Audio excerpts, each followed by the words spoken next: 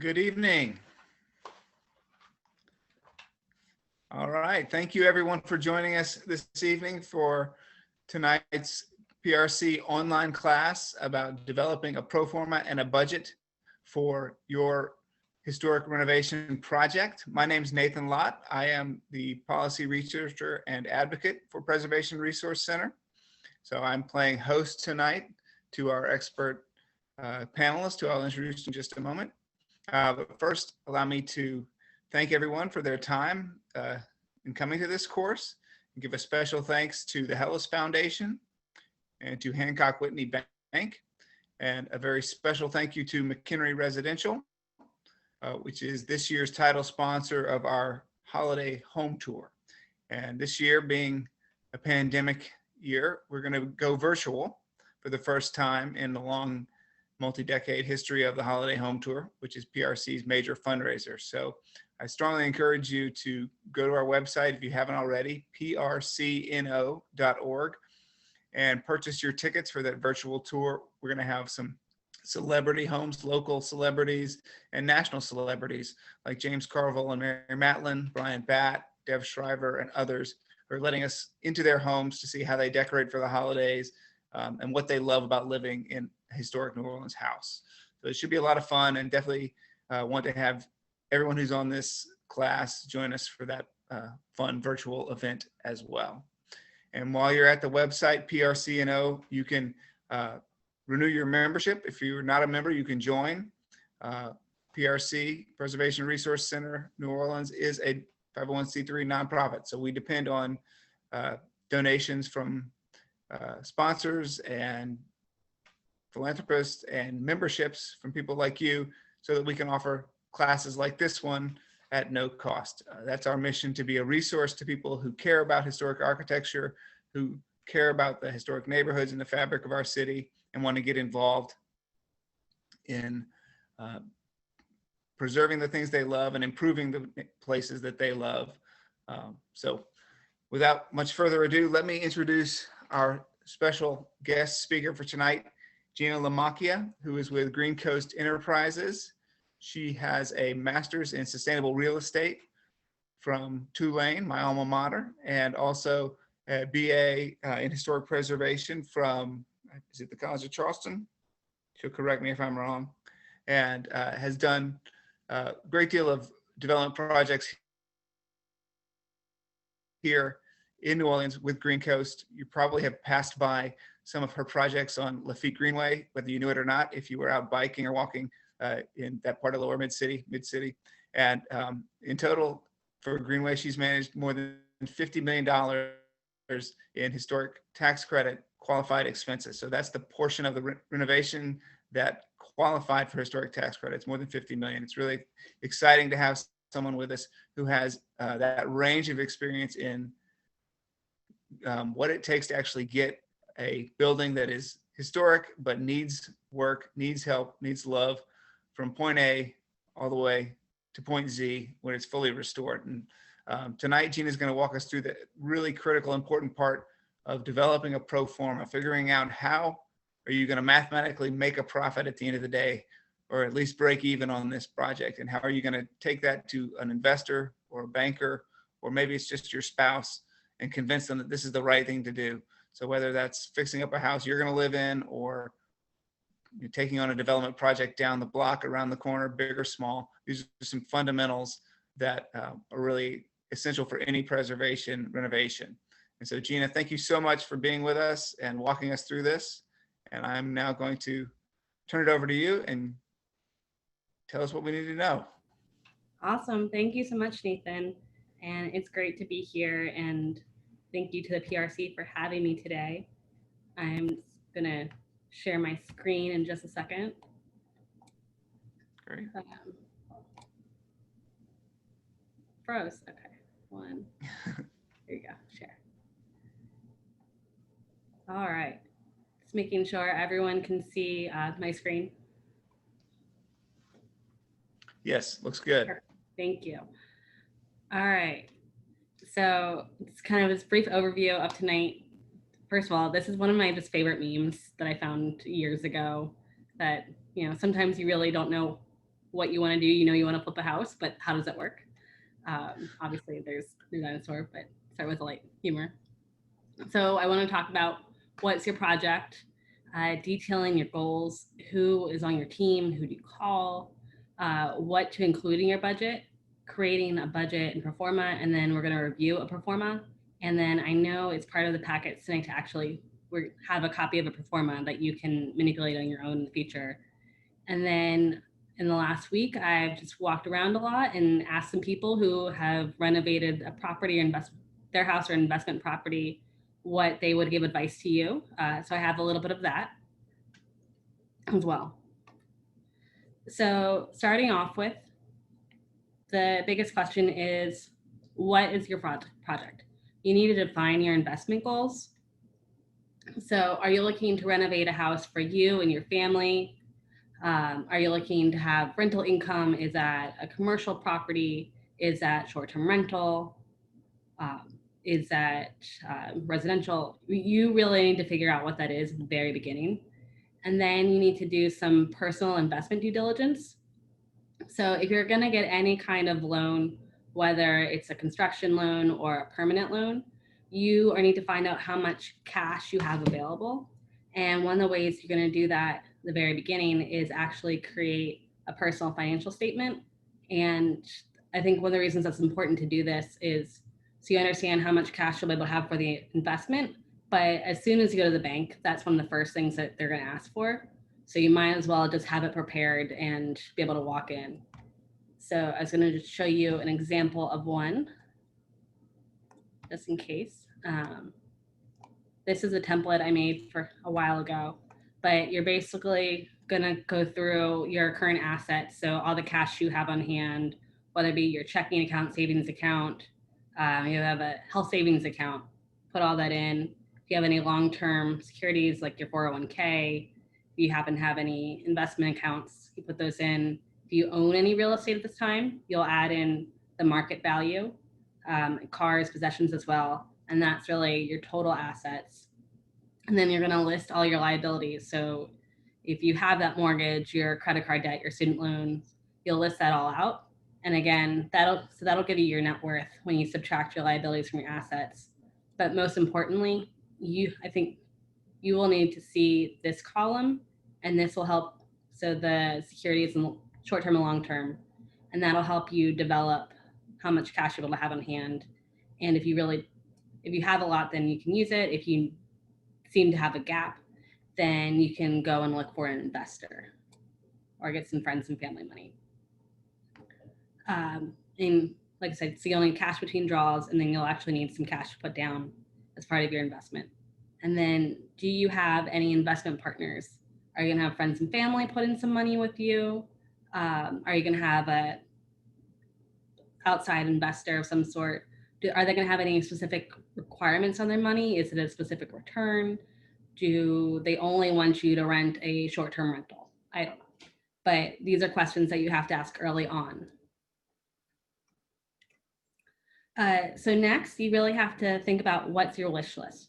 Where is the location? Are you looking in the city? Are you looking in a subdivision area or even rural?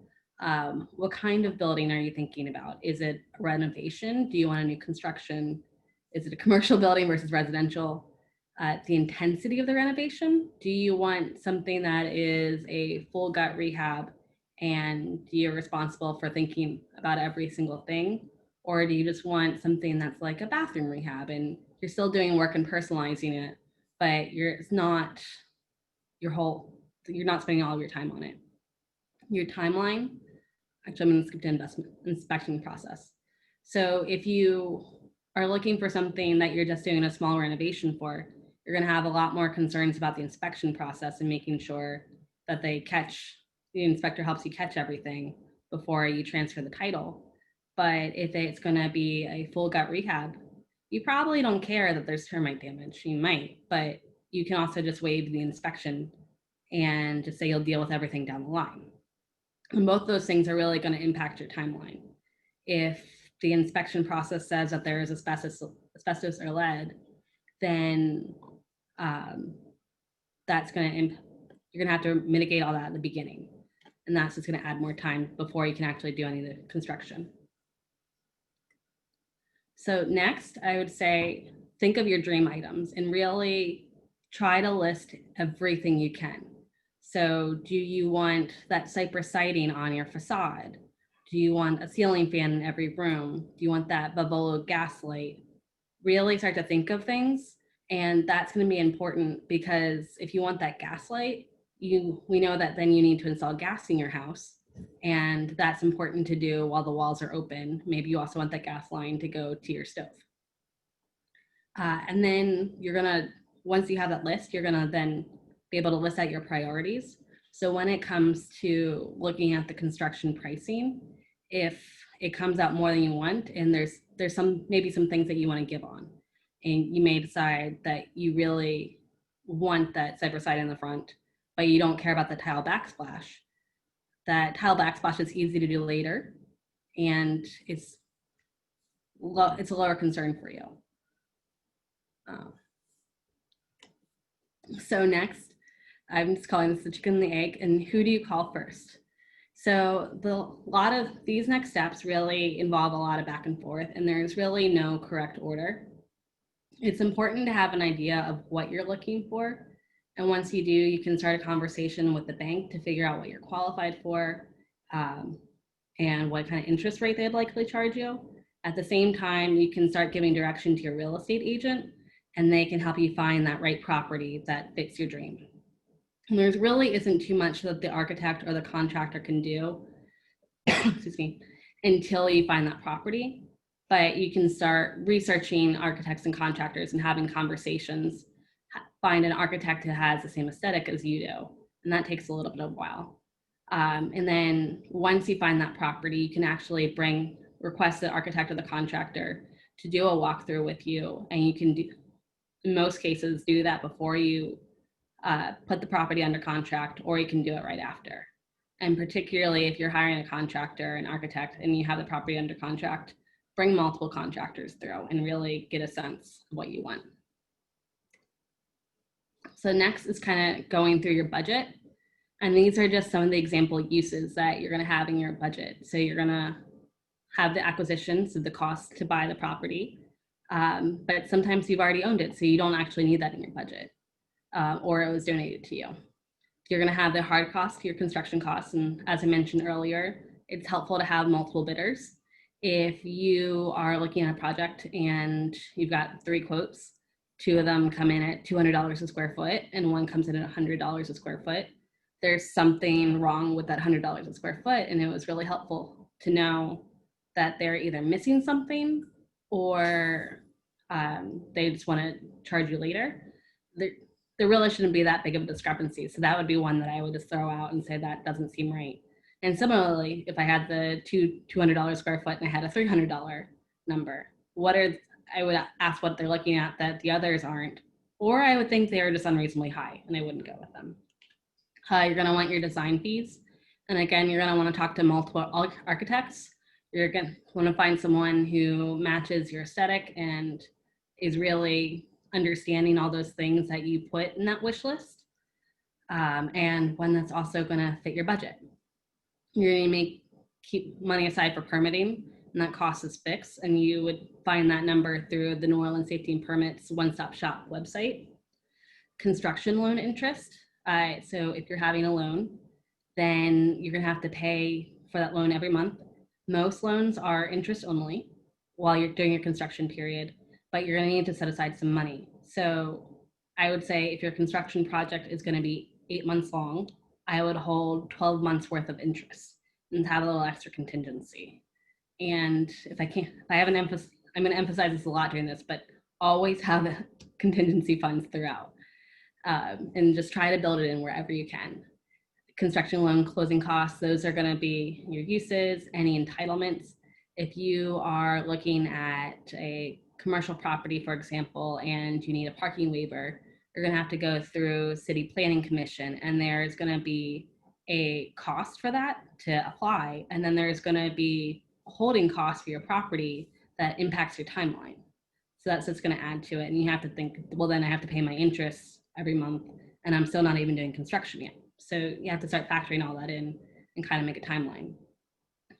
You're definitely going to need some sort of survey if you're doing a deep renovation or a new construction, at least a benchmark survey that, and that's something you'll actually end up giving to safety and permits at the end of the day. A third-party construction management firm, if you don't know much about construction and you just want to have someone with you and make sure everything's going all right, you need to budget that in, and a lot of architects will do that as well as part of their construction administration. If your project is happening over the course of your property tax year or a property tax payment, you can also just include that as a part of your budget. And then if you are doing a income generating property of some sort, you can include a developer fee. And that fee is something that you can take later. And so then a lot of your sources for cash. So you're gonna go through your personal financial statement, and that will help you identify the cash that you can bring in. It'll be your construction loan or your permanent loan. If you have investor and friends and family money, that's something you consider. And then here in Louisiana, we are really lucky to have the state historic tax program that's really rich and really easy to actually finance. So if you are to have a property that is eligible for tax credits, that is also something you can use to help you finance your project. So your construction loan. It's helpful to have your real estate agent at the beginning. Your real estate agent will help you find your project at the beginning and then tell you what that price is for your acquisition. And then they can actually help you give an as designed value. And so that means at the very beginning, you can start to do back of the envelope calculations in this pro forma that we're gonna look at and start to figure out if this project makes sense. And if the value won't be exactly right, but if it seems workable, then it's something you can do. And so your construction loan, it's a lot dependent on the loan to value. And so you'll find that through your appraised value, and that will happen at your acquisition or during your construction loan. So if you're looking at an investment property, the banks typically look at 75% loan to value. So that means they're willing to loan up to 75% of the appraised value of the property. And then you are responsible for that additional 25%. So that is your cash, that's your state historic tax credits, that's your investor money, and that all can equal up to 25%. And right now, for investment properties, for interest rates, they're ranging from about 4 to 7%. And that really depends on your credit score and how much money you're putting into the project. And then if you are doing your own personal project, that a lot of banks are willing to loan up to 90% of the value, and then you're responsible for up to 10%. And then that interest rate right now is 5.5 to 7%. So now we are going to look at a pro forma. Let me pull it up real quick.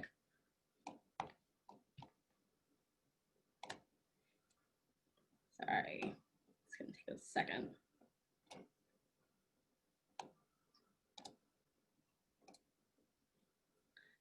So this pro forma is a magical pro forma where everything works out and prices are very generous and also round. So in this example, we're looking at a 2,000 square foot property that's a double. We are able to purchase it for about $100,000. And at the end of the day, it's going to be worth about $700,000.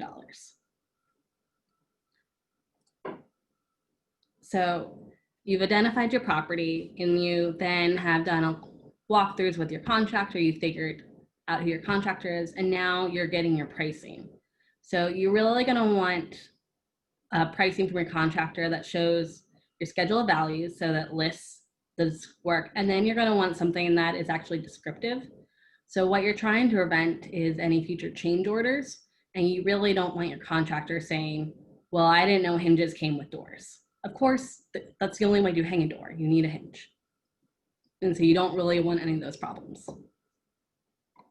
So in this scenario, our project costs $335,000 and we've added a 10% construction contingency. So it's $369,000 at a cost of $185 per square foot. So here is our sources and uses tab, and we're gonna flip through this a lot. So hopefully everyone can kind of follow. So on our first tab, we talked about how we bought the property for about $100,000. And now we're looking to pay about $369,000 for it.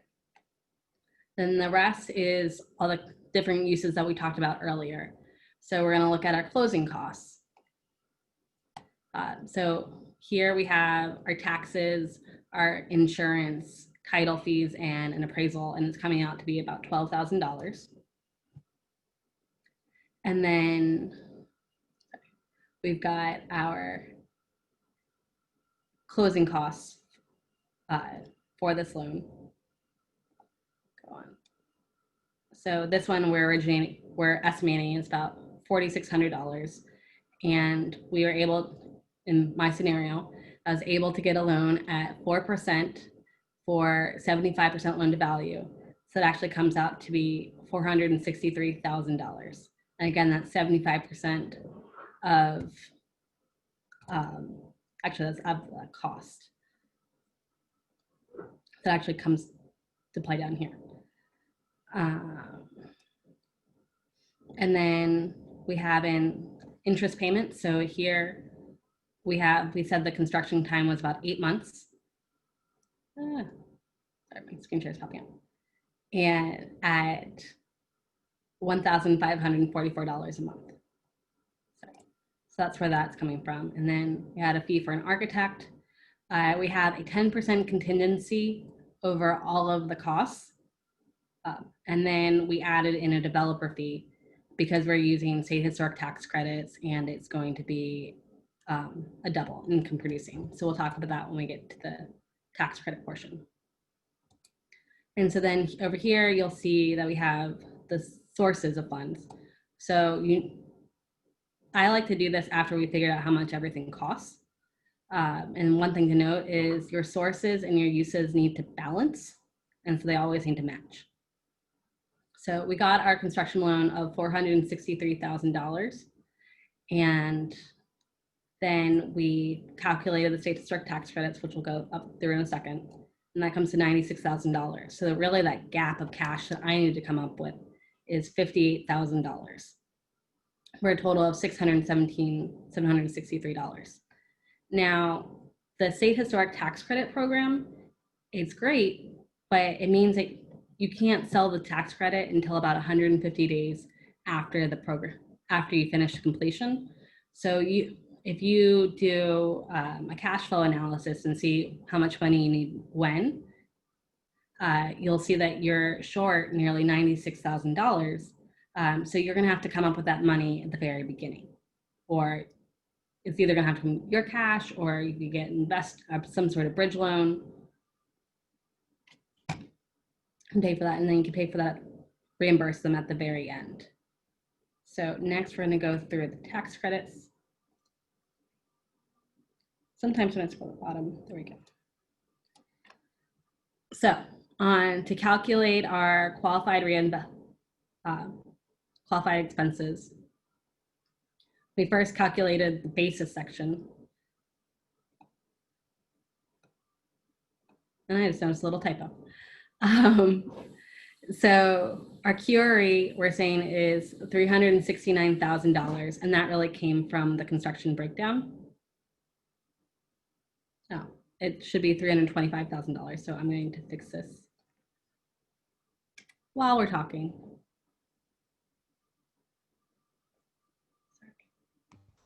No problem. There's always edits somewhere. And so that came from, you always need to double check your work. So most things with historic tax credits, if you're renovating a historic home, pretty much all of the building qualifies, and you can see all my Y's. So generally the theory is if you pick up the house and you're able to dump it upside down, everything that sticks into the house stays and qualifies. So that means like your walls, your trim, your cabinets, they generally all qualify as historic tax credits, but your furniture, that landscaping out front, they don't qualify. So we've got a total QRE of $325,000. And then we added in the soft costs, and that's from our uses tab here in the Pro Forma, and that's everything but right now the contingency and the developer fee. So we have those on a separate line item. And then we have the contingency from sources and uses, and then our developer fee is actually 12% of these costs, and that comes out to $54,000. So we have a total basis of $509,000. So in Louisiana, our tax credit program is 20% of your basis. So that comes out to about $101,000. And at the end of your project, once you've gone through the part 3 and you've been approved, and then you take it to the Department of Revenue, you'll get a piece of paper, and that paper, you can monetize it and sell it to someone. Right now, you can get about 86 cents on the dollar. So that means that they will then give me about $87,000 that I can then put into my project. And so now you see that I don't have enough money. So we're gonna fix that real quick.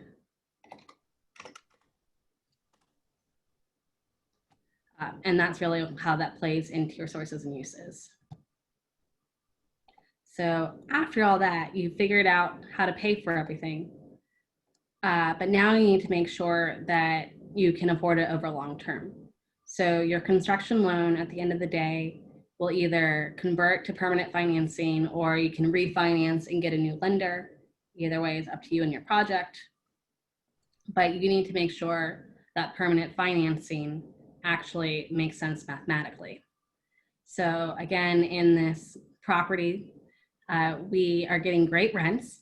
So it's $2,000 per month per unit. So a total of $4,000 a month and $48,000 annually. We're applying an 8% vacancy rate. And that effectively means that at least 1 month of the year, an apartment's going to be empty. And you always need, this is basically accounting for any kind of turnover. And at some point you're gonna have that even if you have long-term tenants. So that gives us an effective gross income of $44,000. And then you really need to take in any operations expenses. So having funds set aside for repairs and maintenance, lawn care, insurance, taxes, having a reserve. In this scenario, water, gas, and electric are all being paid by the tenant. So they're not calculated in here. So you subtract that all from your effective gross income, and that gives you a net operating income of about $30,000. Now, then you have to calculate into your loan. So this is where we're going to go back to our financing spreadsheet and see where the debt service is calculated from. So our permanent mortgage is 75% loan to value of our appraisal at 5% over 30 years. So that means we pay a monthly interest payment of $1,458. So that at the end of the day comes about $17,500, and that means that we have a little over $12,000 annually of cash returned to the project. So in this example, it flows, and that shows that we have $1,000 extra every month, and that may, depending on your investor, that may work, that may not work. You may have just wanted a little extra cash flow to cover your mortgage. Then this would definitely help and cover your expenses. But if you had a partner who wanted a 20% return on their investment in 3 years, I don't know, this probably wouldn't work. And so constantly just have to play around with the values in here and figure out what's going to work for your project. And then what's actually just what could happen in real life. And just kind of a note on this specific Pro Forma, if you decide to play around with it, everything in yellow is how you change things. So there's where you change your assumptions. So you can see I just changed that to a 5% vacancy rate, and that increased my tax flow, my cash flow.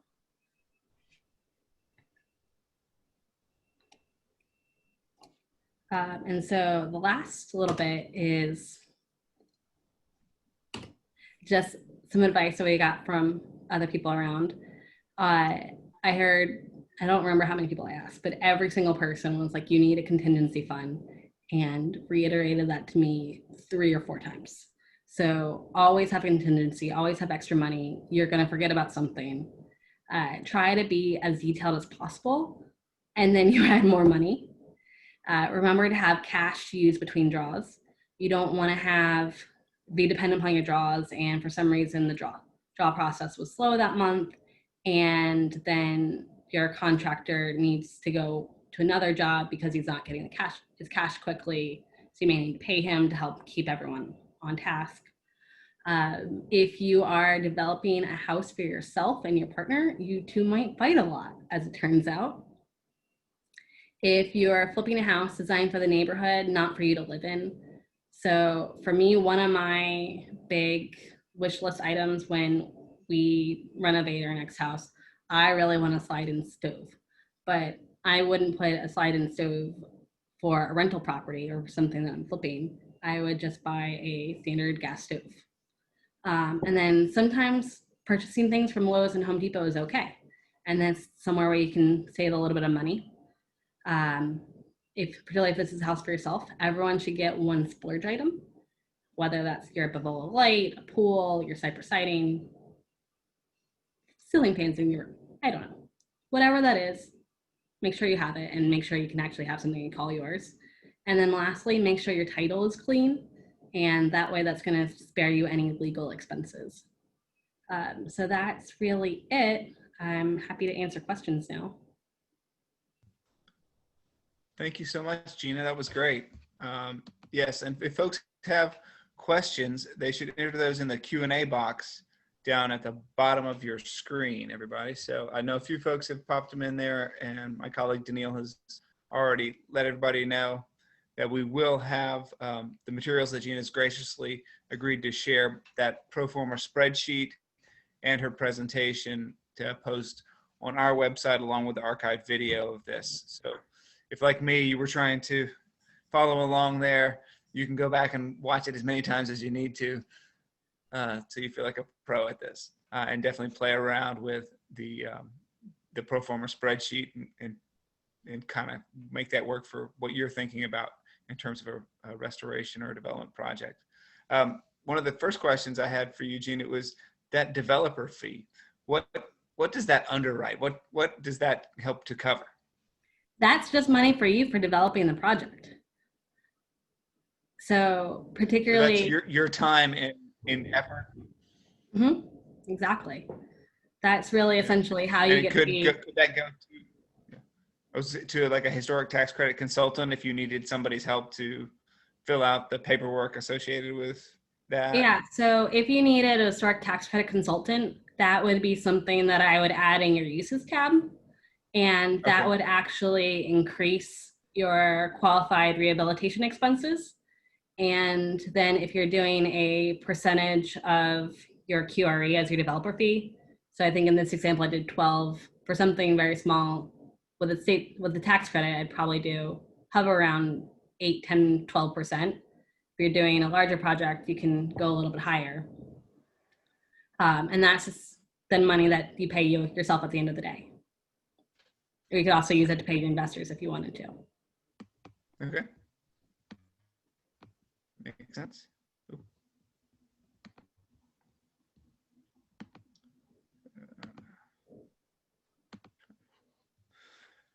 So here's a couple of questions we've got. For a home renovation, what is a good percentage to set aside as a contingency?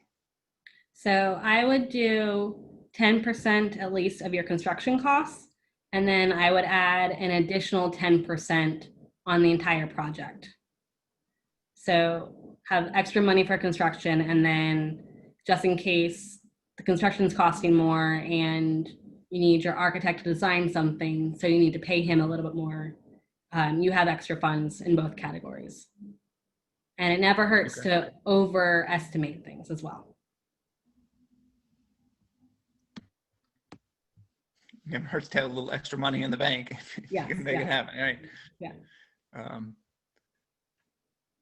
So here's another question coming from Mary. Are there common financing programs people combine with the state and federal historic tax credit for either income producing or residential? The only other thing really here is the restoration tax abatement. And that one is a little tricky. And that actually just freezes your property taxes at a pre-construction level. And I'm actually not sure if you can do it for your own property anymore. I think you can, but that would be something to look up. So that, I think most of my experience has been on the commercial side. And for that, you need to fill out a lot of paperwork at the beginning of the project and at the very end. And a lot of it asks about the value of your property, what you paid in your taxes, make a description of it. And then on the commercial side, you have to have a commitment to use 35% DBEs, which sometimes actually can be pretty tricky and can get pretty expensive. And for those that don't know, that's disadvantaged business enterprise, so women and minority owned businesses primarily. Mm-hmm. Yeah. Great. Here's a sort of similar question. Are historic tax credits applicable to a renovation project for your current residence? Not anymore. In, I think, 2017, the state actually got rid of that deduction that you could use, and they had to actually decrease the QRE from 25% to 20% to match the federal program. Yes, that's sort of on our wish list at PRC in terms of the policy advocacy work we do to try and see a residential tax credit for owner-occupied structures brought back. But given the state of the economy right now in Louisiana, both locally and nationally, don't hold your breath on something like that. But one interesting fact is that if you have a double, or if you have 2 rental units in your home, which is not uncommon in New Orleans, if you have a standard double or an accessory dwelling unit in an old dependency out back, then you could potentially use the historic tax credit on the portion of the property that is to be rented, not the portion that you reside in. Well, and the only thing I would add to that, and again, talk to a tax attorney, but you can also rent from yourself if you have an LLC. Yeah, so the more clever you want to be, the more clever you can be. Yes, right. So here's another question coming in from Ariel. In regards to starting a new construction home, what's included in the builder's package?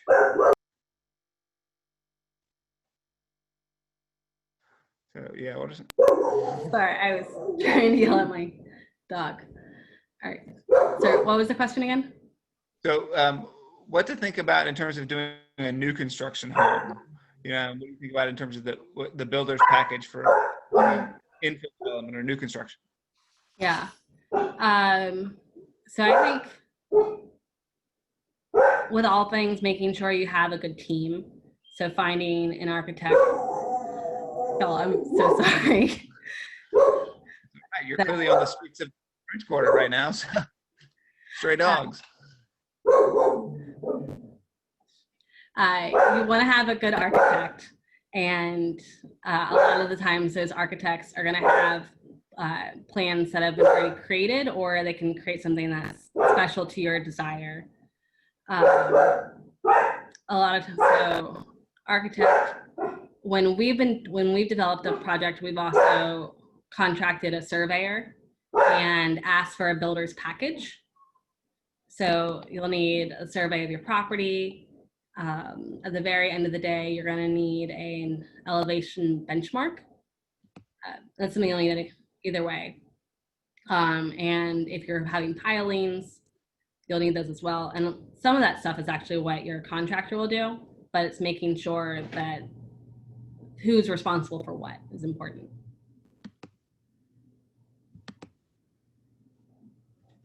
All right. So a follow-up question here: how long does something need to be income producing in order to be a historic tax credit project?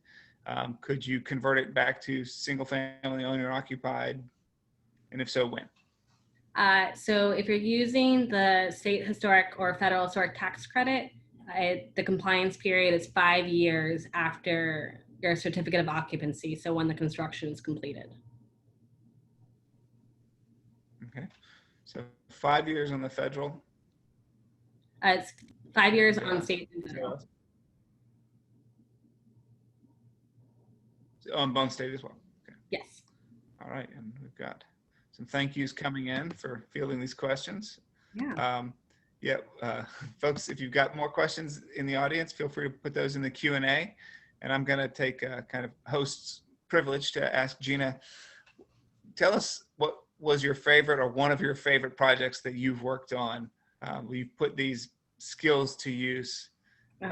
Hopefully it's in New Orleans, people can go see it, but tell us about a favorite project where you learned something or just were really proud of the outcome. No, I've learned so much on every project that it's been fun to work with a development company as they've grown.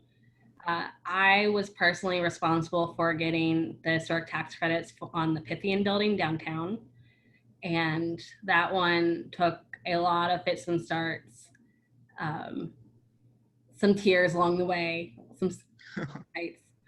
But at the end of the day, myself and a coworker actually got to expand the historic district and did a lot of surveying of every building in the central business district, and got to tell if they were qualified for the tax credit program or not, and really update the boundaries. And it really meant that there wasn't too many buildings that got to be added, but all the buildings that we added to the register have now all been renovated. So that's been really fun to see that I had a part in creating some more economic development downtown. That's fantastic. That's really cool. Yeah, and for those that don't know, the Pythian had a metal screen over a large portion of it, did it not? So it was, there were historic photos showing how beautiful it was underneath, but it took a lot of imagination to think about what it could be again. That's really cool. Yeah, really cool. All right, I'm not seeing any more questions. I hope we've answered them well. Here's got another one coming in.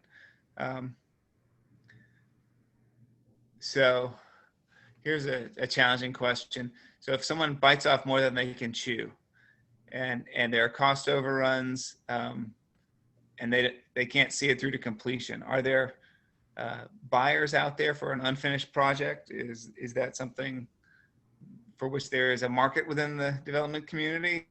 I'm sure there is. I mean, definitely depends on what your cost overruns are, but that has definitely happened before. And I think one of the things to remember, particularly if you're doing a renovation of a historic house, if your costs are increasing, that means your QRE is increasing. So you can help pay for your costs with your developer fee and with your state historic tax credits. But sometimes it hurts to get there. So you can do that. Yeah, that's an excellent point. But if you run into that problem, make sure you get a good real estate agent. Well, would it also be possible to take on another investor? Yeah, definitely. In an investor? Mm-hmm. Yeah. So maybe before putting something on the market, see if there's another way to bring some more capital to the project, but another investor. Okay. Another investor, see if you can get another bridge loan as well. Great.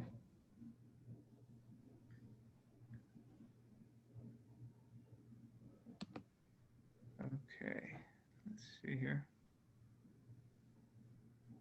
So once again, to folks, just to let you know, yes, Gina's very graciously agreed to let us post the PowerPoint and the spreadsheet at our website, prcno.org, and my colleague Danielle has put in the chat box the longer URL for our event archive, where you can actually find a lot of great companion events, online classes we've been doing that will be great companions for this one on historic tax credits and tax abatements, on doing initial pre-purchase inspection of a home or walkthrough and evaluation of a home. So this course is kind of part and parcel of a larger set of courses that are intended to equip people to be brave enough and bold enough to take on a renovation here in New Orleans, because that's how we've managed to rescue a lot of historic homes and to maintain them over time. So Gina, I know that you have something you got to get to, and I don't see any additional questions coming in here. So I think with that, we can probably wrap up. I'll give one last thank you to Danielle for her help behind the scenes. Thank you to Gina for all the effort, not just to give the presentation, but to research it and put it together and talk to other developers and get their insights for us. And we really, really appreciate that. And I'll just remind everyone, stay tuned to Preservation Resource Center on social media.